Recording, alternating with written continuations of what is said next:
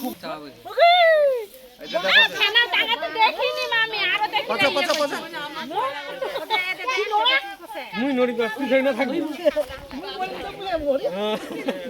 Fire হয়ে যায় পয়সা দেখি পয়সা দিয়ে ধরে নিয়ে যাবে আমার জীবন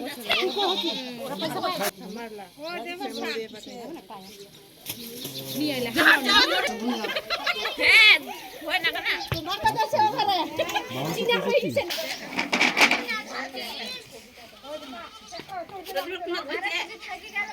আজকে তো এটাই ভাইরাল হয়ে যাবে রে হ্যাঁ ওই এসব বছরলা নিয়ে দুজাত নাইকে গেলে ওই জায়গা বলে কি দেখো ওই গুড্ডি বানাইলো ভিডিওটা কাটিতে জানি না ভিডিওটা বস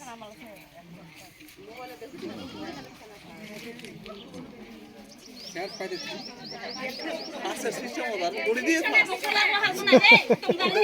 করে দিন না প্লিজ দেখো মুখ দেখাবে আপনি করবেন না কি ওটাই তো দেখি আমরা পাতা যাবে এই লোক এর দিকে দেখা যাচ্ছে আর একদম জাল পাতালে তো লেট পড়ে যাবে কি না ও আর ছুটা পাবো ছুটা মরে যাবে হ্যাঁ ওদিকে মেরে দাও কেন কি না ওরা তো মারবে না ছাইরে দিবে ও একটা বাড়ির দিকে ধরে দিবে না আর একটা দিন ধরে নিয়ে যায় ও মুখ করে না ধরে নিয়ে যায় বস্তা নিয়ে পড়ে রাখবে রেখে যাওয়ার কারণ আছে না ওর যেহেতু লেজে চাপা পড়েছিল না বহুক্ষণ ধরে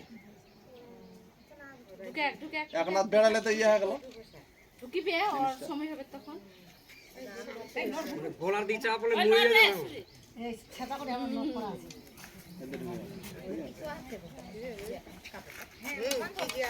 আর একটা আছে না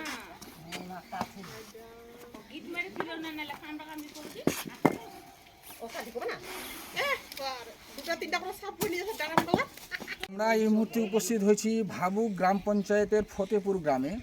যাই হোক এই দাদা মারফতে এখানকার কি যেন রৌমিত নাকি না উনিও আমাকে ফোন করেন আরও অনেকেই যাই হোক আমাকে বিভিন্নভাবে চ্যাটেও ফোন করে, তো আমরা যথাসময়ে আসার চেষ্টা করেছি। হ্যাঁ, তো যাই হোক দাদার নাম কি যেন আপনার?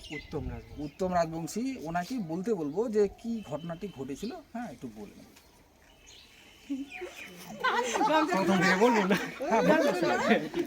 প্রায় এক সপ্তাহ আগে আর কি। আচ্ছা, হঠাৎ ওদিকে গিয়েছি, দেখছি একটা সাপ বাইরে আছে গর্তের পাশে। আচ্ছা, একটা সাপ কিন্তু ঢুকে গেল। আমার হাতে কিন্তু কোদাল ছিল। আচ্ছা, আর আপনার যেহেতু বাড়ির পাশে যে ঘটনাটা, তারপরে লাঠি নিতে খুঁজলাম, আমি তো লাঠি দেখতে পেলাম না, এসে দেখছি নাই দুটো গর্তে ঢুকে গেছে। আচ্ছা, দুটো? হ্যাঁ, দুটো। তারপরে আবার ফলো করি আর কি প্রত্যেকদিন। তারপর একদিন দেখছি আর ঠিক 11টার মধ্যেই আর কি ও রোদ পোহাতে বেড়ায়, আবার দেখতে পাই আবার ঢুকে যাইব। আচ্ছা, এভাবে আসে কেউ বলছে মারো, কেউ বলছে না থাক, আপনি ভেঙে যাবে। ওরা এক জায়গায় থাকে না, প্রায় দেখছি আছেই প্রতিদিন, প্রায় ওইটা আমি বেরোচ্ছি। মনে করছি যে সাপ ধরা তো আমাদের আশেপাশে আছে, ফাঁদ পেতে রাখি, ধরতে পারি না, তার জন্য এরকম সিস্টেম করে ফাঁদ পেতে রেখে দিয়েছি। তাহলে ওটা কি আজকেই পড়েছে না আজকে পড়েছে? না টানলে পড়বে না। মানে ও ঢুকেছে তারপর টেনেছেন আপনি? গর্তের মধ্যে রেখেছি কি না, গর্তে থেকে যখন বেরোবে বা ঢুকবে, ও গর্তের ওখানে রেখে দিয়েছে? হ্যাঁ, গর্তের ওখানে। আচ্ছা আচ্ছা, আজকে 11টার পরে এসে দেখছি বেরিয়ে আছে।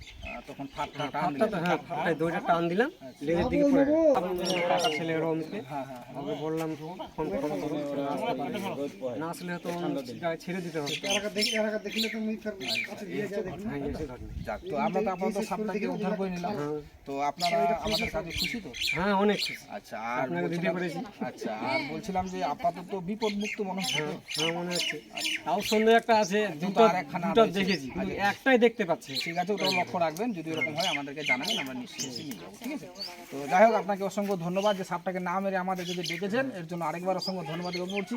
অতএব দাদা সবাই ভালো থাকুন, সুস্থ থাকুন, ধন্যবাদ।